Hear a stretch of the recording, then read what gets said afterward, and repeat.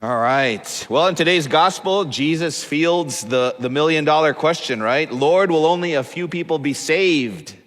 It's a question where we may wish Jesus had given an easier answer, right? We wish maybe Jesus said, enter through the wide gate, for many will easily enter it. Just be a good person and you're good, you're fine. But that's not what Jesus said, all right? Jesus said, strive to enter through the narrow gate, for many, I tell you, will attempt to enter, but will not be strong enough. And then Jesus proceeds to tell a parable to illustrate more precisely what he means.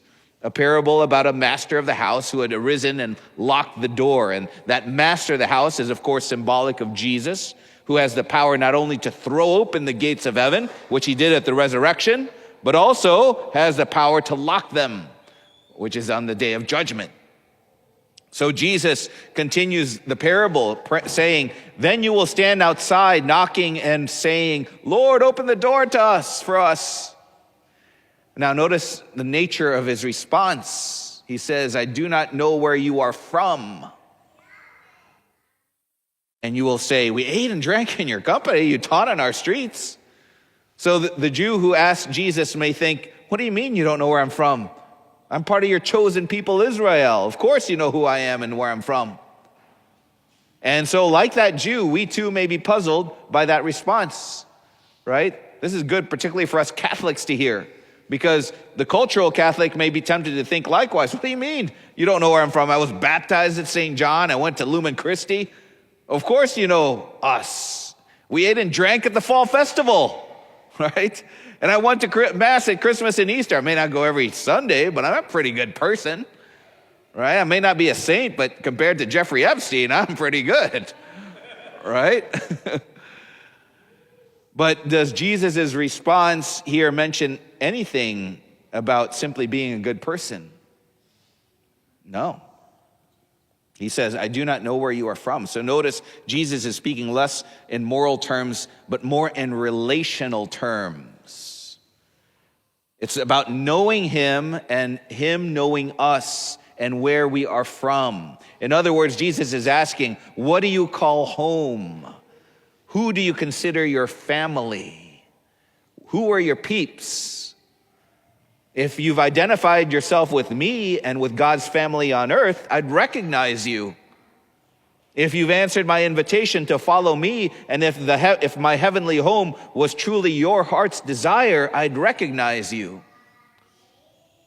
So again, Jesus talks less in moral terms and more in relational terms. So this closed disposition of the master of the house towards the people who are knocking at the door was less about being morally perfect and more about familiarity. He'll take care of the moral perfection part. That's the work of the Holy Spirit. And so perhaps what Jesus might say to the repentant sinner who knocks at his door says, hey, I know you. Come on in. Right? You may have been a horrible sinner before, but some of my disciples, so were some of my disciples who became great and holy saints. See, it's the power of the Holy Spirit that transformed them and transformed you. If you live in me and you live for me, then you will live with me for eternity. I know where you're from because I can read hearts. And I know that my heavenly abode is truly what your heart has longed for. So come on in, welcome home, all right? That's what we want to hear.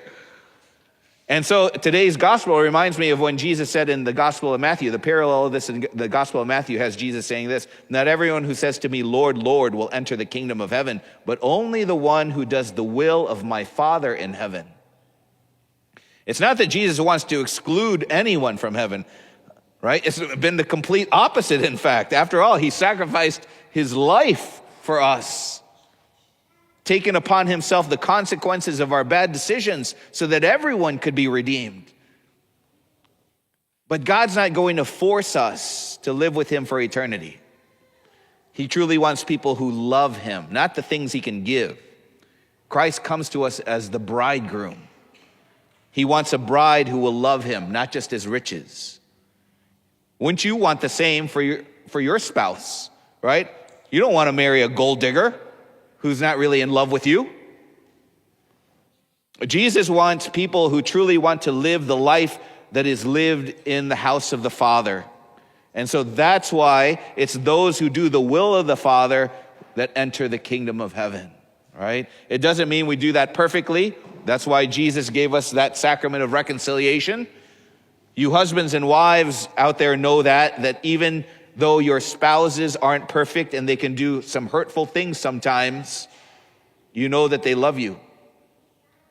And as long as your loved one is sincerely repentant, you forgive them for those hurts, as difficult as that might be. Grace helps with that, of course. And they forgive you when you are sincerely repentant.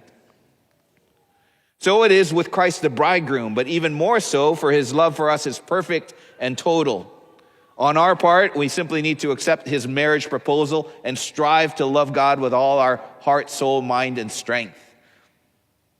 If there are other loves in our life that compete or contradict with that, then our love for him is divided. And what we really are saying is, with our divided loyalties, is that our heart is somewhere else, and that we don't truly want the life that heaven offers, which is an existence where God is our all in all, right? It's not that we don't love the things of this world, is that we love them in God because he's the source of all of it. So having God as our solitary love orders all our other loves and allows us to use them in accord with how God desired them to be used and to be enjoyed, right? God is making a marriage proposal to you to become a part of his bride, the church. And he hopes that you will say yes, but he doesn't just want lip service. As Jesus' love for us was total and is total, so he asks that our love be the same for him. It seems that from today's gospel that the answer that won't suffice is, hey, what do you mean? We hung out together. We ate and drank together. I came to your house once in a while. Yeah, mostly Christmas and Easter, but I found your gatherings a little boring and our time together a little bit long because, I'm a busy person. I got a lot on my plate. But hey, I still love you. So come on, let me into the eternal wedding feast of the Lamb. Sounds a little insincere, doesn't it? So it seems like folks who come in with that kind of answer want to be let in more for the big party rather than for love of the bridegroom. It seems that kind of answer, as we heard in the gospel, doesn't yield a good response, right? I do not know where you are from. Depart from me, all you evildoers, and there will be wailing and grinding of teeth. Jesus obviously gives us this severe warning, not because he wants it to happen that way, but so that it won't happen for us, right? And so the answer that will melt Jesus' sacred heart is one that is given not with our lips, but one with our hearts. Hearts solely, wholly in love with him, desirous of receiving the life that he offers to us here and now on earth, and with lives wholly dedicated to fulfilling the will of his Father. And Jesus has made our Father's will crystal clear in the Bible and the church that he has established, which the Holy Spirit guides to help us understand and authoritatively interpret divine revelation.